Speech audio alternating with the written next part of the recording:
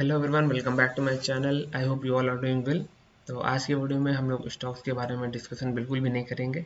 आज की वीडियो में हम लोग बस इंडेक्स का एनालिसिस करेंगे और देखेंगे कि आने वाले वीक्स में कौन सा इंडेक्स अच्छा परफॉर्म कर सकता है और किस सेक्टर में हमें अच्छे स्टॉक्स मिल सकते हैं अपनी अगली ट्रेड्स के लिए। तो अभी के लिए स्टॉक्स से नज़र हटा के इंडेक्स का एनालिसिस करते हैं और देखते हैं आने वाले वीक्स में हमें किस सेक्टर में अच्छा मूव मिल सकता है। तो चलिए शुरू करते हैं।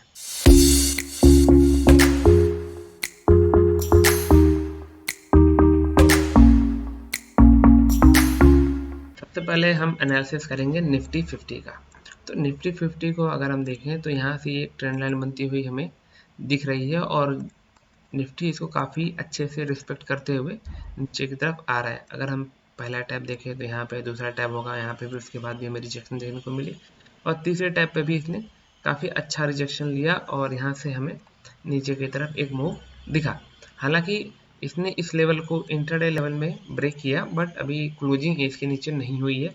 अगर आने वाले वीक में इसके नीचे क्लोज नहीं करता है मंडे या ट्यूसडे तक और इसके ऊपर प्राइस निकलता है तो हमें ये ट्रेंड लाइन ब्रेक होती हुई दिख सकती है और हमें यहाँ से एक रेंज का फॉर्मेशन होते हुए दिख सकता है कि मार्केट आने वाले वीक्स में 2 महीने या 3 महीने इसी रेंज में ट्रेड कर सकता है, क्योंकि अभी इसमें टाइम करेक्शन पेंडिंग है और टाइम करेक्शन 6 महीने का भी हो सकता है, 1 साल का भी हो सकता है। तो हम उसके अकॉर्डिंग ही अपनी ट्रेड्स प्लान करेंगे। अभी हमारा फिलहाल इसमें प्लान ऑफ एक्शन क्या है कि अगर इस लो को, ये जो इलेक्शन की डिमांड है, यहाँ तक अगर मार्केट को आना है तो नेक्स्ट वीक ही इस लो को ब्रेक करके ये इस डिमांड पे आएगा और यहाँ पे कुछ टाइम स्पेंड करके छोटी सी रेंज बना के हमें यहाँ से एक बाउंस देखने को मिल सकता है। क्योंकि अगर हम देखें तो price already all time high से अपने ऑलमोस्ट 13 to 14% डाउन है। यहाँ तक आएगा 17% हो जाएगा। इससे ज़्यादा का फॉल अभी एक्सपेक्ट करना बेवकूफ़ी होगी, क्योंकि ऐसे मार्केट वन वे में नहीं गिरता है अनलेस कोई ऐसी न्यूज ना हो, कोई जैसे कोविड का सिनेरियो था और अगर अगेन कोविड आता है तो सेम मार्केट वैसा नहीं गिरेगा, क्योंकि सेम न्यूज़ पे मार्केट हर बार एक तरीके से रिएक्ट नहीं करता है। तो वो सिनेरियोज कम ही लग रहे हैं कि हाँ वो होंगे आने वाले दिनों में। बट अभी हम 1 महीने 2 महीने या ज़्यादा से ज़्यादा 6 महीने की ही बात कर सकते हैं, उससे ज़्यादा कि हम बात ना करें तो ही बेटर होगा। अभी इसमें हमारा जो प्लान है वो है कि अगर मंडे या ट्यूसडे को ये लो ब्रेक नहीं होता है और ये ऊपर की तरफ ब्रेक करता है तो हमें एक बड़ी सी रेंज देखने को मिल सकती है और मार्केट इस लेवल में काफ़ी अप एंड डाउन कर सकता है। तो वो रेंज हमारे लिए बेटर होगी। उस रेंज के दौरान हम कुछ स्पेसिफिक सेक्टर्स को ट्रैक कर सकते हैं, कुछ सेक्टर स्पेसिफिक मूव्स हमें देखने को मिल सकते हैं आने वाले दिनों में। तो हम उसी के अकॉर्डिंग अपनी ट्रेड्स को प्लान करेंगे। रैंडमली ऐसे स्टॉक्स को स्कैन करने का कोई अभी फ़ायदा नहीं है। तो आप अपना टाइम और एनर्जी अपने पुरानी ट्रेड्स को स्टडी करने में लगाइए, अपने जर्नल को स्टडी करने में लगाइए, अपनी गलतियों को सुधारने में लगाइए। वो आपको ट्रेनिंग में कहीं ना कहीं हेल्प करेगा, रदर देन आप डेली स्टॉक को स्कैन करो कि कहाँ मुझे एंट्री मिल जाए, किस में मैं पैसे बना लूँ। इस चीज़ से आप अभी बचिए, क्योंकि आप अगर डेली स्टॉक को स्कैन करेंगे तो आपको एंट्री लेने के लिए अंदर से आवाज़ आएगी कि एंट्री ले लो, क्योंकि आपको पता है मार्केट वीक है बट फिर भी आप एंट्री लोगे। तो उस सिनेरियो में आप ना जाओ और अननेसेसरी लॉस ना करो। इससे बेटर है कि आप स्टॉक को स्कैन ही ना करो अभी, आप बस इंडेक्स को ट्रैक करो। जो इंडेक्स सेट हो रहा है आप उसके स्टॉक्स को, उस सेक्टर को बाद में एक्सप्लोर करिए, उनके स्टॉक्स को स्कैन करिए, तो आपको उसमें कुछ अच्छे मूव देखने को मिल सकते हैं। अभी निफ्टी में कुछ भी ट्रेड करने जैसा नहीं है, हमें वेट करना है अगले हफ्ते का। अगर ये उसको ऊपर की तरफ ब्रेक करके मोमेंटम को सस्टेन करता है तो हमें कुछ अच्छी ट्रेड्स देखने को मिल सकती हैं, अदरवाइज हमें ये लेवल टच होता हुआ दिख सकता है। तो निफ्टी में अभी फिलहाल इतना ही। बढ़ते हैं अपने अगले इंडेक्स की तरफ, जो कि निफ्टी मिड कैप। तो मिड कैप काफ़ी वीक लग रहा है और यहाँ से अगर हम देखें तो लोअर हाई लोअर लो का जो फॉर्मेशन था इसी को ये कंटिन्यू किए हुए है। ये अपने इलेक्शन की लो को टच कर चुका है और यहाँ से हमें एक बाउंस देखने को मिला था 2 दिन पहले, लेकिन उस मोमेंटम के बाद ही अगले ही दिन जो सेलिंग प्रेशर था वो काफ़ी हैवी हो गया था। उसके बाद वहाँ से हमें फॉल देखने को मिला। अभी हमारा इसमें प्लान ऑफ एक्शन क्या होना चाहिए कि अगर हम इसमें जाके कल ट्रेड लें या ना लें, या इसमें हमें वेट करना है। तो अगर आप देखो तो ये जो रेंज है, ये रेंज अगर नीचे की तरफ ब्रेक हो जाती है, इस लो को ब्रेक कर देती है, तो फिर हमें इसमें एक फिर से लंबा फॉल देखने को मिल सकता है। बट अगर इस लो को ये ब्रेक नहीं करता है और इस रेंज में ये, जैसा कि हम निफ्टी में एक रेंज एक्सपेक्ट कर रहे हैं, तो वैसा ही रेंज अगर हमें मिड कैप में भी देखने को मिलता है तो भी हमें अच्छे ट्रेड्स देखने को मिलेंगे आने वाले हफ्तों में। अब बात करते हैं स्मॉल कैप की, तो स्मॉल कैप भी मिड कैप की तरह ही अपना लोअर लो लोअर हाई का फॉर्मेशन कंटिन्यू किए हुए है और यहाँ से हमें एक छोटा सा बाउंस देखने को मिल सकता है इस लेवल तक, मे बी इस लेवल तक आके फिर से रिजेक्ट हो जाए, बट यहाँ से चांसेस आर वेरी लेस कि इसको फिर से कंटिन्यू करके यहाँ से 1 में गिर जाए।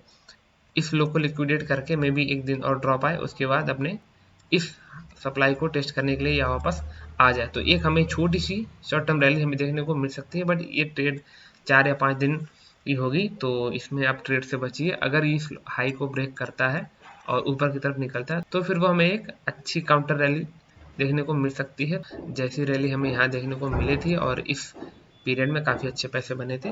तो वैसी रैली अगर हमें देखने को मिलती है तो फिर हमें काफ़ी अच्छे ट्रेड्स मिलेंगे।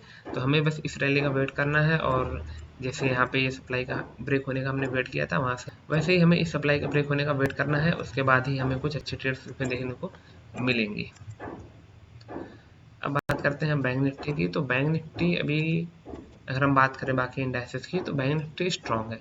बैंक निफ्टी इस रेंज को अभी ब्रेक नहीं किया नीचे की तरफ और इसने ऊपर की तरफ एक ब्रेक देके फिर से ये रेंज में ब्रेक बैक इन हो रहा है। तो अगर इस रेंज में जो डिमांड है, इस डिमांड को इससे बाउंस मिलता है तो चांसेस आर वेरी हाई कि ये हाई ब्रेक करके ऊपर की तरफ ये निकल जाए, बट उसके लिए ओवरऑल मार्केट का स्टेबल होना बहुत ज़रूरी है।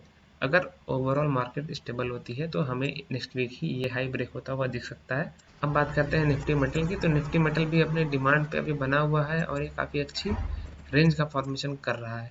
जितनी भी बार यहाँ पे सेलिंग आती है, बायर्स नीचे से पुश कर रहे हैं, जितनी बार भी सेलिंग आ रही है बायर्स पुश कर रहे हैं। यहाँ पे अगर हम देखें तो बार बार बायर्स यहाँ पे एक्टिव हो जा रहे हैं।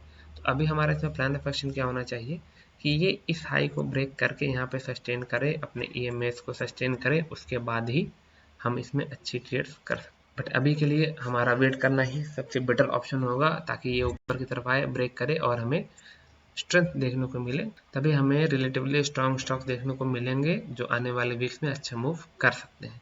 बट अभी के लिए इसमें भी कोई ट्रेड्स नहीं है। अब बात करते हैं निफ्टी आईटी की, तो निफ्टी आईटी अभी अपने डिमांड से थोड़ा सा दूर है और चांसेस आर वेरी हाई कि निफ्टी नेक्स्ट वीक में इस लो को ब्रेक करके इस डिमांड पर टैप करके यहाँ से एक क्विक मोमेंटम दे दे, और ये मोमेंटम हमें देखने को मिल सकता है आने वाले वीक में ही। और अगर ये मोमेंटम नहीं आता है तो इस लो को आसानी से निफ्टी आईटी ब्रेक कर देगा, क्योंकि अगर हम देखें तो यहाँ से काफ़ी तेज हमें ये मोमेंटम देखने को मिला नीचे की तरफ, और अगर इस डिमांड पे आके ये थोड़ा सा भी इसको वीकनेस दिखी तो इसको यहाँ पे ब्रेक कर देगा। और ओवरऑल मार्केट अगर स्टेबल नहीं होता है तो फिर हमें आईटी इस डिमांड तक आता हुआ दिख सकता है इजीली नेक्स्ट वीक ही। तो निफ्टी आईटी में भी अभी हमें वेट ही करना है। अगर यहाँ से हमें बाउंस देखने को मिलता है इस लेवल से तो हमें इसमें अच्छी ट्रेड्स देखने को मिल सकती हैं। तो ये कुछ इंडेक्स हैं जो आने वाले वीक में अच्छा परफॉर्म कर सकते हैं, जो भी अपने डिमांड को अप्रोच कर रहे हैं, और इन सभी सेक्टर्स में अपने डिमांड से एक मूव की एक्सपेक्टेशन हम कर सकते हैं। और अगर वो बाउंस आता है डिमांड से तो हमें अच्छी ट्रेड्स देखने को मिल सकती है नेक्स्ट वीक। और अभी इस वीडियो में हम स्टॉक्स का कुछ भी एनालिसिस नहीं करेंगे, कुछ भी डिस्कशन नहीं करेंगे, क्योंकि अभी करंट में कोई भी स्टॉक सेटअप नहीं हो रहा है और सारे ही स्टॉक्स अपनी 50 EMA के नीचे ट्रेड कर रहे हैं। हमें वेट करना है कि वो अपने डिमांड से बाउंस लेके और अपने 20 EMA को रिक्लेम करें, वहाँ पे आए, थोड़ा सस्टेन करें, तब हमें थोड़ा सा ऊपर की तरफ मोमेंटम देखने को मिल सकता है। तो आज के वीडियो में बस इतना ही। वीडियो अच्छा लगा हो तो वीडियो को लाइक करिए, अपने दोस्तों के साथ शेयर करिए, और अगर आप चैनल पर नए हैं तो चैनल को सब्सक्राइब करिए। मिलते हैं अगले वीडियो में, तब तक के लिए कीप ट्रेडिंग, कीप जर्नलिंग और अपने ट्रेडिंग जो मिस्टेक्स हैं उन्हें इम्प्रूव करिए। Thank you.